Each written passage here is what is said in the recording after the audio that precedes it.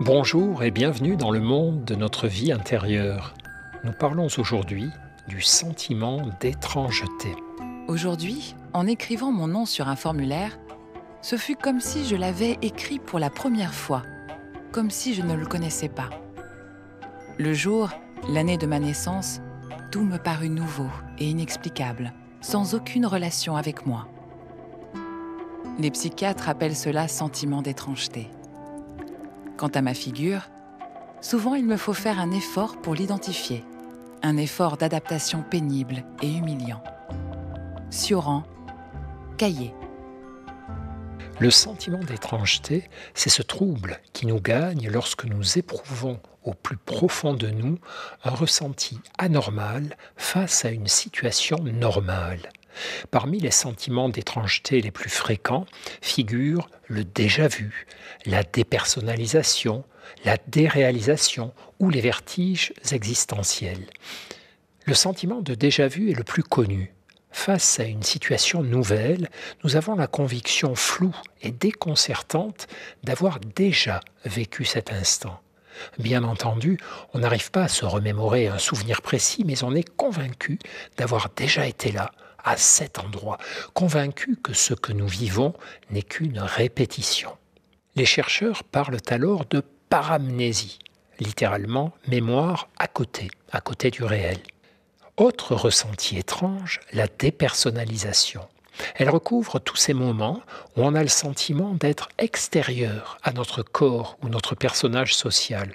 On parle à quelqu'un, on fait quelque chose, mais on se voit parler ou agir comme si nous nous trouvions hors de nous-mêmes. C'est une expérience de sortie de soi, un peu comme une sortie dans l'espace pour un astronaute hors de sa capsule spatiale. Il y a aussi la déréalisation, durant laquelle on se demande si ce que nous vivons existe vraiment. Le doute ne porte plus sur nous, comme dans la dépersonnalisation, mais sur ce qui nous entoure. Est-ce que ces gens ont une réalité propre ? Est-ce que ce que je perçois n'est qu'illusion ? Tous ces sentiments d'étrangeté correspondent à des moments où nos interrogations métaphysiques, habituellement abstraites, prennent une dimension concrète. On se demande « qui suis-je ? La vie a-t-elle un sens ? Le réel est-il vraiment réel ?» mais de manière incarnée, oppressante. Il existe parfois des causes maladives, psychiatriques ou neurologiques à ces sentiments d'étrangeté.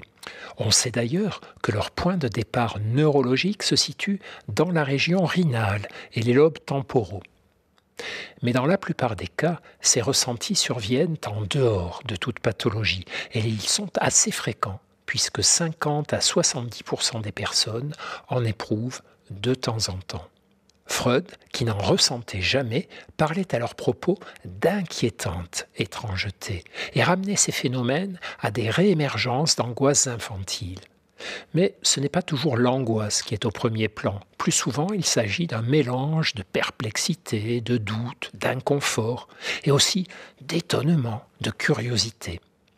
Ces sentiments d'étrangeté, qui de temps en temps s'invitent à notre esprit, sont comme des bulles venues du plus profond de notre vie intérieure pour éclater à la surface de notre conscience.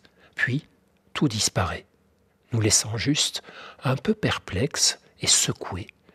Nous revoici dans le réel, après ce pas de côté que personne autour de nous n'a remarqué. Rien de grave. Si l'on est artiste, on pourra toujours en faire quelque chose. Et sinon, on pourra continuer de s'interroger, car n'est-ce pas la vie elle-même qui a quelque chose d'étrange ? Pourquoi suis-je enfermé dans ce corps plutôt que dans un autre ? Pourquoi cette existence plutôt qu'une autre ? Ce visage, ce conjoint, ces enfants, cette époque ? Albert Camus, dans le mythe de Sisyphe, parle de l'étrangeté d'une vie d'homme et de la simplicité avec quoi cet homme l'accepte.